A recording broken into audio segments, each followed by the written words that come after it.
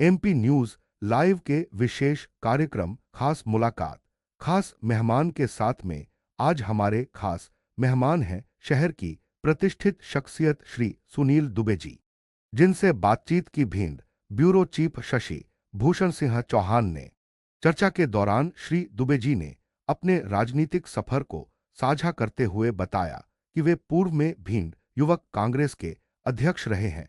केंद्रीय मंत्री श्रीमंत ज्योतिरादित्य सिंधिया जी के भाजपा में जाने के बाद उन्होंने भी भाजपा की सदस्यता ग्रहण कर ली थी। इसके साथ ही वे लगातार विभिन्न सामाजिक सरोकारों और समाज सेवा के कार्यों में सक्रिय भूमिका निभा रहे हैं।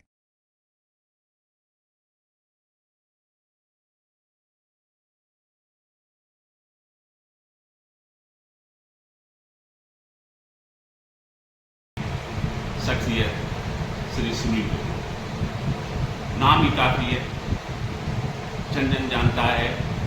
ये सुनील दुबे जी NFI अध्यक्ष रहे, युवक कांग्रेस के जिला अध्यक्ष रहे और बड़े महाराज नाम से प्रसिद्ध श्री माधवराव सिंधिया, स्वर्गीय माधवराव सिंधिया के बहुत नजदीक,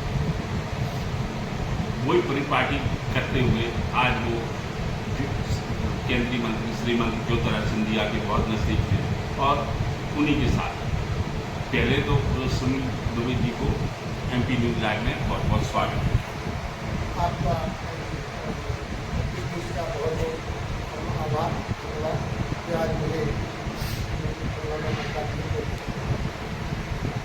आप बताएं दुबे जी, आप BJP में क्यों आए?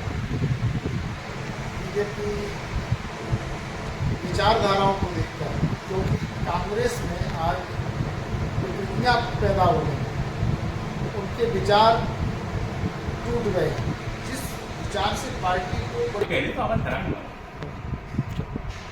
कांग्रेस ने अपने मुद्दों से भटक गई, उन्होंने किसी की कदर नहीं की, क्योंकि आदर्श व्यक्तित्व के धनी चौमुखी विकास की मसीहा श्रीमंत ज्योतिरादित्य माधवराव सिंधिया महाराज को उन्होंने दरकिनार किया, जिन्होंने पार्टी के लिए क्या कुछ नहीं किया। हर संभव उन्होंने देश की तरुणाई को जोड़ा, जिस डिपार्टमेंट में वो रहे उन्होंने उसको विश्व पटल पर ला कर खड़ा कर दिया। आज कांग्रेस पार्टी ने उन्हीं जैसे नेताओं को धरातल पर लाने की बात की, जिनकी कोई औकात नहीं थी। वो नेता महाराज को किसी भी प्रकार से बोलने के लिए तैयार, तो कम से कम मर्यादाएं होनी चाहिए। और अपने नेता जो हमारे इस अंचल संभाग की विकास की बात हमेशा करते हैं, देश में विकास की बात करते हैं, उनको उन्होंने धरातल पर लाने की बात कही। आज वो स्वयं धरातल पर आ गए। आज महाराज साहब ने देखो एक बार फिर पुनः कीर्तिमान दूरसंचार में कीर्तिमान स्थापित करने का काम किया है। इसीलिए महाराज साहब के साथ, सिंधिया जी के साथ भारतीय जनता पार्टी की विचारधाराओं से सहमत होकर आए। श्री सुनील दुबे जी शहर में समाज सेवा के लिए अग्रणी नामों में गिने जाते हैं, हर जगह खड़े रहते हैं, किसी को दुख तकलीफ हो तो खड़े रहते हैं। उसी संबंध में पूछते हैं कि आप समाज सेवा करते तो आपको कैसा अनुभव होता है?